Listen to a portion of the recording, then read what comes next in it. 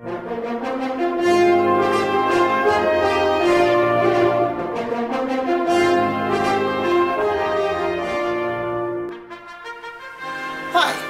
my name is Stephen David Horwich. I'm the author of Connect the Thoughts, and I'd like to introduce you to our elementary school level curriculum. This is a 2-year program specifically geared for students ages 7 and 8, or for students who are developing early literacy. It's a program for students who already do some reading, but are ready to be challenged and help to read more thoroughly and increase their vocabulary and their skills. We are a core curriculum, which means that we are not a series of individualized and unrelated courses. Our courses all tie together and provide the student a comprehensive education in the areas that we offer. There are 4 areas of study that we offer for elementary school students. These include creative writing, history, science, and a special area that we call Living Your Life, which we only offer for students ages 5 to 8. Of course, elementary is students ages 7 and 8. Living Your Life has to deal with specific issues to a student at that age. It deals with how they can remain safe, how they can express themselves more creatively, have more fun in life, and get more done.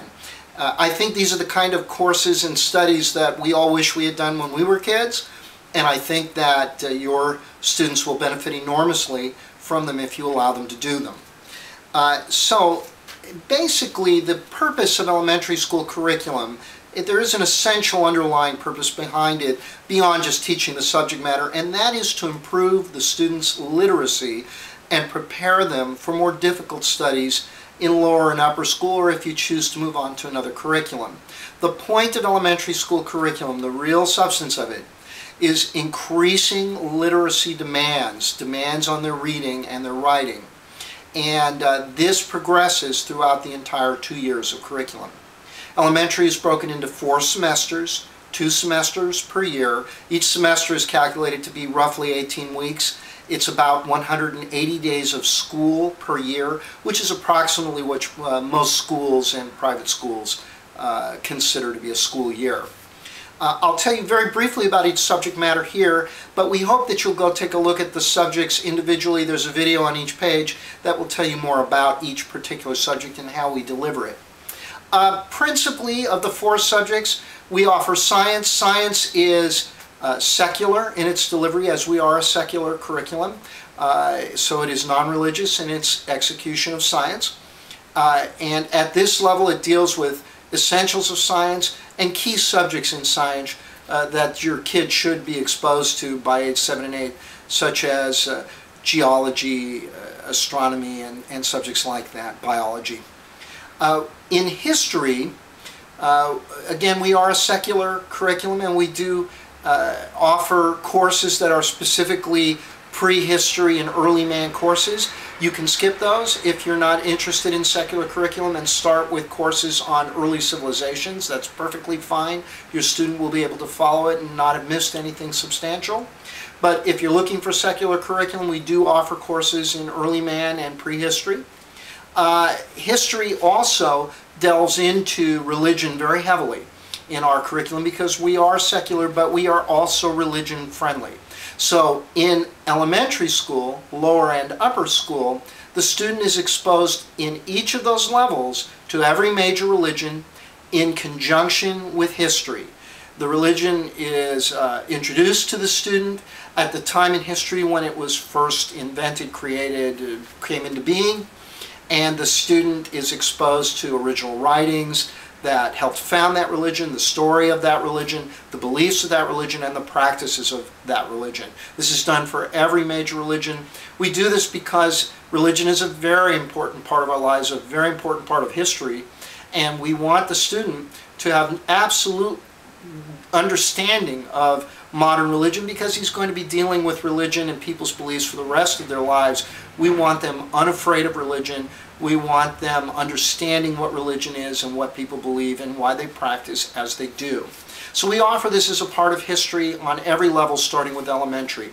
If you are determined to be utterly secular and you don't even want religion discussed, with your children or introduce the ideas of religion introduced, you'll need to skip those lesson plans, and they are embedded in the courses because the religion is introduced as it comes up in history.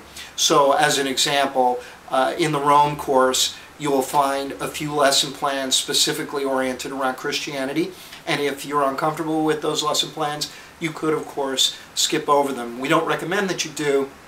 We think that you should allow your student to be exposed to the 5 major religions and what they believe and their practices so that your student understands them and is not afraid of them. Beyond that, we offer creative writing and we offer the Living Your Life courses. History is done 3 times a week at this level for about 50 minutes each lesson plan. We ask you not to do more than 1 lesson plan in history per day, so you're going to do it 3 times a week and spread it out. Science is generally 2 times a week. Creative writing is generally 3 times a week, and Living Your Life is generally twice a week. In each case, each lesson plan is roughly 50 minutes long. Now at elementary, at this level, the student is asked to do a lot of his own reading with the teacher's help. So this level is not as teacher intensive as Starter, where the teacher really has to be present and guiding the student through every minute of every lesson plan. As we get into elementary, we are gradually weaning the student off of the help of a teacher or tutor and moving the student towards self-sufficiency and study. But this is a transitional phase in curriculum. These courses for elementary ages 7 to 8 do require the presence of a tutor, teacher, or parent to assist the student with reading that may be too difficult, concepts that need to be discussed. So we do ask that you understand that when you buy an elementary school curriculum from us, that you will need to have a tutor present to deliver it to the student.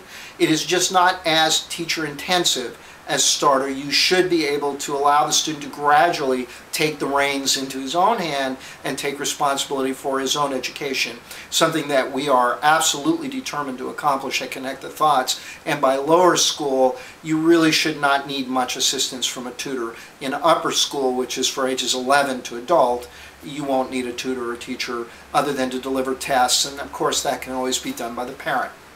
So that gives you an idea of elementary school curriculum. We hope that you'll take a look at individual areas of study and individual courses, look at the samples we offer on our site, and consider elementary school curriculum for your student. Thank you very much for your time.